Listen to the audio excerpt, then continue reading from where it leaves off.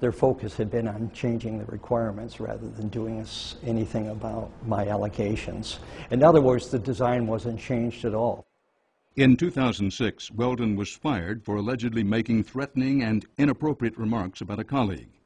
Weldon says he was fired because he would not stop criticizing the composite design of the 787. Even after all he says he's endured, Weldon still considers himself a Boeing man.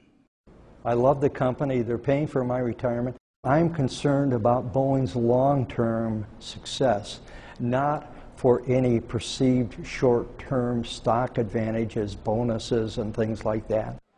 Weldon says he decided to sit down for this interview because he and others inside Boeing continue to be concerned about the safety of the 787 design. Boeing is way down the pike, of course, now having had the rollout, and we need to deliver by May of 2008 in order to stay on schedule. And to let this thing go on for this length of time, I just is practically unbelievable to me.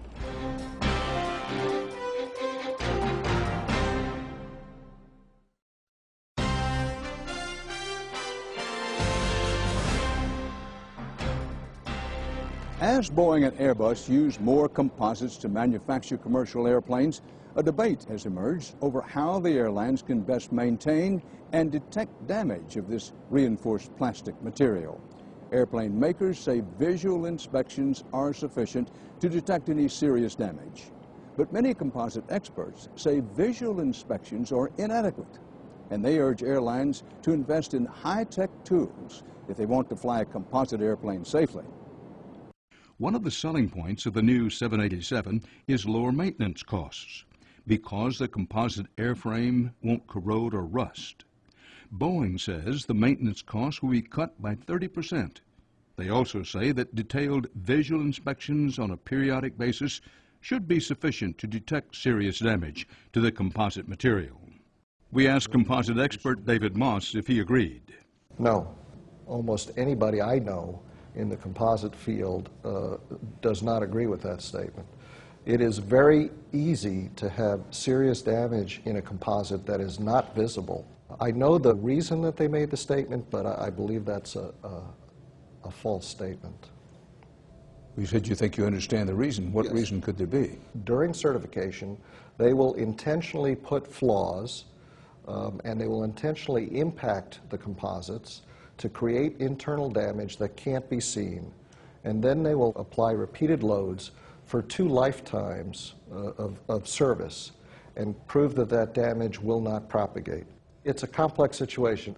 The statement that if a composite has no visible damage, it therefore is perfectly safe to fly, is not true. Vince Weldon, a former Boeing engineer, explained how composites were marketed to the airlines. They've even gone around to the airlines and they give them a piece of aluminum, beat on it with this hammer. And of course it'll dent immediately. And they said, now take this piece of composite structure and beat on it with a hammer. And the hammer bounces off it. Pretty impressive. No, it's not impressive at all to anyone who knows what's actually going on. But it's very deceiving because where the damage is, it's micro-cracking that you can't see. And you have to use ultrasound inspection to determine it. But what it does, it builds up internal damage to the structure. Once you start getting a flaw in the composite structure that starts being able to entrain moisture, like water, on a humid day, and every day you fly, you're going to go from a hot, humid environment to a cold, very cold, dry environment. And every time that water freezes, it expands and it breaks a few more fibers. And what do you have after 3, 4, 5 years of that happening? See, these are elements of composite structure that aren't fully understood. Commercial airplanes go through a lot of wear and tear, everything from baggage carts banging against them to turbulence in the skies. Your point is, well, this can be deceiving because the damage would be in the interior. This is also subjective. You know, this is like a convenient operation in order to keep things flying and tell everybody that everything's okay. But everything may not be okay. Well, what I have here is a piece of composite laminate that has been impacted. Joseph Rako, with the consulting company Exponent, showed us what damaged composites look like. I don't see it. It all looks like just every other piece you've shown me. Right. There is no strong indication of the impact on the surface of the composite. But then Rako took this damaged piece of composite and put it under a special ultrasound scanner in the lab. This ultrasound machine is similar to technology used to see a baby inside a mother's womb. As the machine scans back and forth on the composite piece, we start to see the image develop on the screen.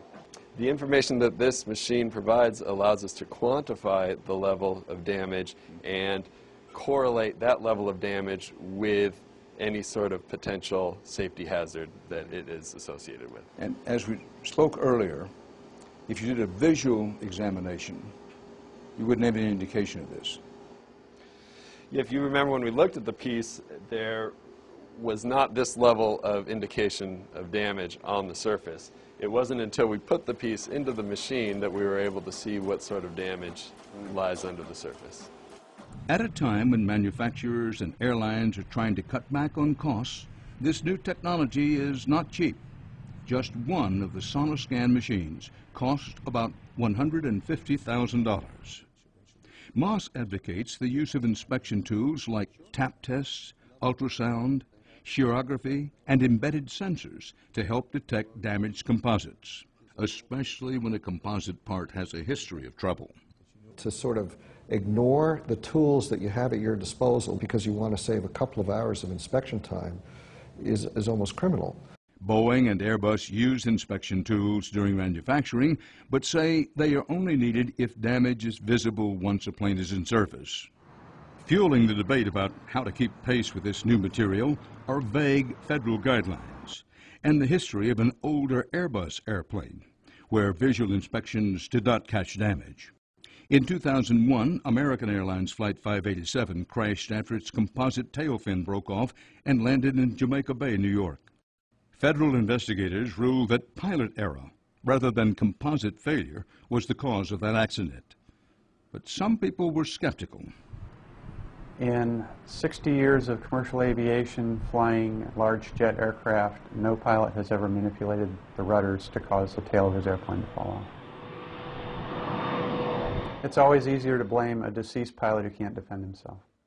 Todd Wissing is a pilot who flew the Airbus A300, the same model that crashed in New York.